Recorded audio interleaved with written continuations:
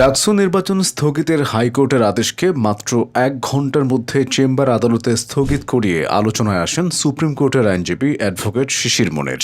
হাতে লেখা আবেদন নিয়ে আদালতে দাঁড়িয়ে তিনি প্রমাণ করেন, দক্ষতা, তীক্ষ্ণ যুক্তি আর সাহস দিয়েই ন্যায়ের দরজা উন্মুক্ত করা যায়। এই ঘটনায় তিনি সাধারণ শিক্ষার্থীদের কাছে যেমন প্রশংসিত হন, তেমনি রাজনৈতিক প্রতিপক্ষদের বিরোধিতার মুখোমুখিও হয়েছেন। সুনামগঞ্জ জেলার শাল্লা উপজেলায় জন্মগ্রহণ করেন শিশির মনির। তার পিতা মোহাম্মদ মুকিত মনি। ছোটবেলা থেকেই তিনি মেধাবী ও কৃতি শিক্ষার্থী ছিলেন। সুনামগঞ্জ সরকারি জুবিলি হাই স্কুল থেকে এসএসসি পাশ করার পর ভর্তি হন ঢাকা বিশ্ববিদ্যালয়ের আইন বিভাগে। এখান থেকেই তার আইন চর্চার যাত্রা শুরু। পাশাপাশি ছাত্র জীবনে তিনি সক্রিয়ভাবে রাজনীতির সঙ্গে যুক্ত হন এবং ইসলামী ছাত্র শিবিরের কেন্দ্রীয় সেক্রেটারি ও ঢাকা বিশ্ববিদ্যালয় শাখার সভাপতি হিসেবে দায়িত্ব পালন করেন। ঢাকা বিশ্ববিদ্যালয় থেকে স্নাতকোত্তর ডিগ্রি অর্জনের পর তিনি উচ্চশিক্ষার জন্য লন্ডনে যান। লিংকনস ইন থেকে অর্জন করেন ব্যারিস্টার অ্যাট ল ডিগ্রি। লন্ডনে অবস্থানকালে তিনি প্রবাসী বাংলাদেশি কমিউনিটির সঙ্গেও যুক্ত ছিলেন এবং আন্তর্জাতিক মহলে বাংলাদেশে আইনের শাসন ও মানবাধিকার প্রসঙ্গে মতামত তুলে ধরেছেন। তার কর্মদক্ষতার স্বীকৃতি হিসেবে যুক্তরাজ্যের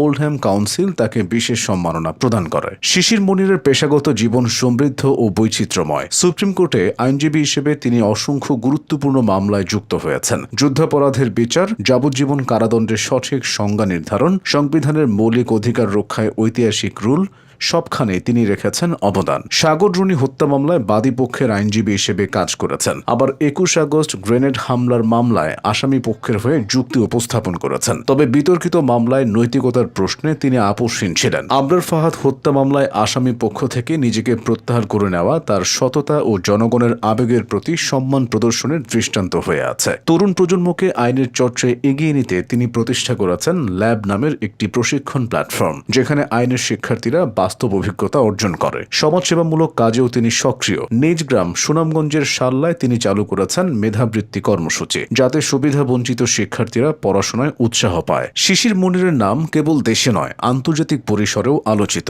আল Jazeera, the Guardian, Fox News সহ আন্তর্জাতিক গণমাধ্যম তার মতামতকে গুরুত্ব দিয়ে প্রচার করেছে। দেশের আইন অঙ্গনে একজন প্রভাবশালী কণ্ঠ হিসেবে তিনি সুপরিচিত।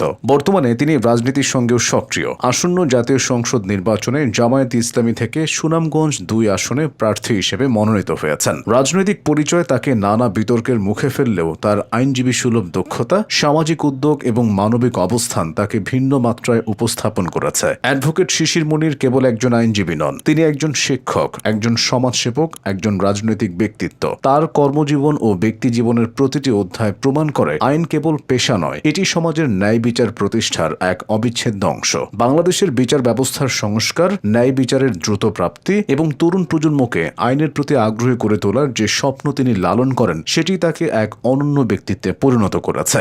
শিশির মনিরের জীবন কথা আমাদের মনে করিয়ে দেয়, ন্যায় বিচারের পথে লড়াই সবসময় সহজ নয়, তবে সততা, দক্ষতা ও প্রতিশ্রুতি একজন মানুষকে করে তোলে প্রজন্মের অনুপ্রেরণা।